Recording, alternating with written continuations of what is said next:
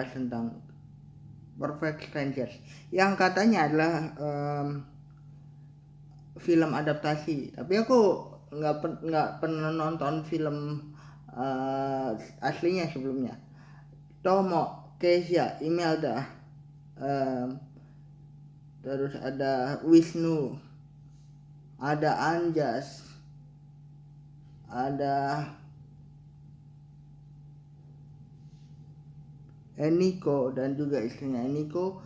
Itu mereka teman dari kecil sebenarnya. Terus mereka diundang oleh Eniko untuk hadir ke dalam pesta peresmian, pesta si Eniko ini baru punya apartemen baru gitu. Terus mereka bermain sebuah permainan yang harusnya mereka harus menaruh handphone dan apapun yang masuk ke sana, mereka harus menjawab atau membacakan apapun pesan yang masuk itu.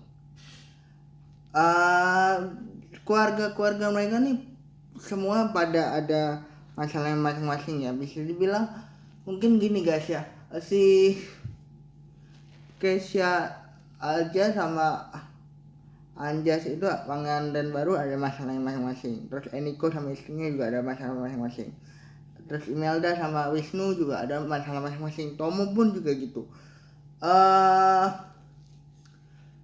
Masalah mereka tuh rumit satu sama lain, tapi di sini kelihatan banget bahwa handphone itu atau permainan ini bisa membuat kita tahu masalahnya kita masing-masing. Karena kadang gini guys, kita kenapa nama film ini Perfect Stranger, karena kita menjadi orang asing terkadang sama keluarga kita sendiri. Maksudnya gini, keluarga kita sendiri tuh kita anggap asing karena satu dan lain hal yang membuat kita nggak nyaman sama keluarganya sendiri. Jadi merahasiakan ini, dan handphone menjadi salah satu inti dari hal atau tempat kita menyimpan hal-hal yang mungkin kita nggak mau orang tahu gitu ya.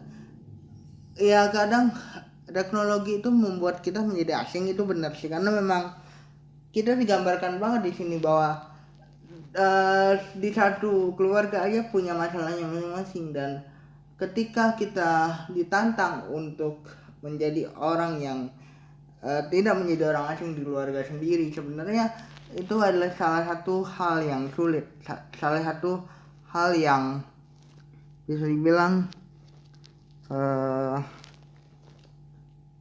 menjadi salah satu hal yang tabu. Artinya tidak mungkin kita tidak mempunyai sebuah hal yang sangat pribadi, bahkan itu sama keluarga sendiri. Mungkin alasannya gini guys, mungkin alasannya adalah kenapa kita akhirnya harus menjadi asing dengan keluarga sendiri, karena kadang kita cerita sama keluarga sendiri aja sulit gitu ya, walaupun sudah kenal lama, misalnya sudah menikah lama, pacaran lama, atau bahkan sama keluarga kandung sendiri pun terkadang kita malas bercerita karena kadang seseorang itu tidak memberikan solusi yang tepat yang bisa kita pakai untuk sebuah solusi untuk masalah kita. Itulah alasannya kenapa kita menjadi asing di keluarga terdekat sendiri. Dari segala masalah yang terungkap gara-gara permainan ini, sebenarnya kita bisa lihat tanpa permainan itu pun kita bisa lihat bahwa ada sebuah kepalsuan yang ditunjukkan sama keluarga mereka masing-masing. Jadi mereka berusaha untuk menjadi orang yang terbaik di samping pasangan mereka ataupun Tomo di sini yang belum punya pasangan sendiri mencoba untuk menjadi orang yang asik tapi ternyata bukan seperti itu karakter aslinya. Kadang kita menutupi karakter asli kita hanya ingin menjaga perasaan orang atau menjaga sebuah hal yang dia sakit hati nggak ya, dia kalau aku ngomong gini dia sakit hati nggak ya. Kadang semua hubungan ada seperti itu, tapi dikala kita jujur pun akan ada salah satu bisa dibilang berkat lah ya. Ada salah satu hal kalau kita jujur dalam segala sesuatu ya, ada suatu hikmah atau berkat yang kita bisa ambil dari kejujuran itu, walaupun kadang harus sakit ya. Tapi kadang-kadang orang bisa mikir bahwa oh ternyata dia ngomong gitu ada benernya gitu ya. Jadi terkadang film ini ngajarin kita bahwa terkadang kita menjadi diri orang lain hanya demi satu dan lain hal yang membuat kita sebenarnya tidak harus melakukan itu, karena memang kalau kita jujur pun kalau ada orang yang tidak suka sama kita bahkan dia meninggalkan kita, tapi kalau kita dia suka sama kita dan ingin menolong kita dan tulus menolong kita, dia juga akan bisa dibilang gini ya, bisa dibilang dia pun akan ngerasa bahwa oh berarti dia ini temen yang benar kok, dia ini keluarga yang benar kok, ada kok yang mendukung aku gitu ya.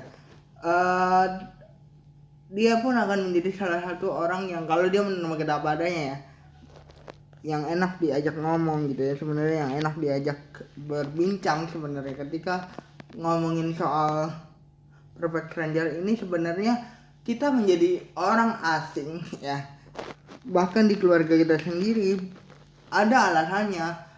Kadang ya yang udah aku sebutin tadi bahwa kalau kita cerita ini kita tidak mendapat respon yang baik, bukan berarti kita maunya denger yang manis-manis aja ya, tapi terkadang kita perlu solusi, bukan ceramahan yang bukan saya bilang bukan penghakiman yang mau kita dengar, tapi saran walaupun sambil marah-marah, asal dia menyarankan dalam bentuk saran pun bisa menjadi salah satu bentuk bahwa kita harus menjadi orang yang baik gitu, menjadi orang yang lebih baik karena saran dia itu, saran yang membangun itu berbeda dengan penghakiman gitu ya.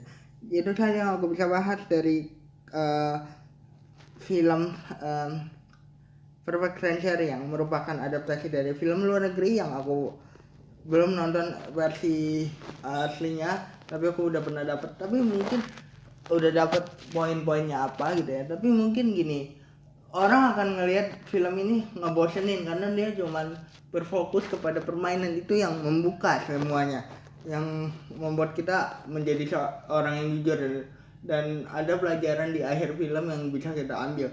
Tapi aku sendiri enjoy karena konfliknya sangat padat sekali gitu. Jadi jangan lupa like, comment, and subscribe. Bye guys.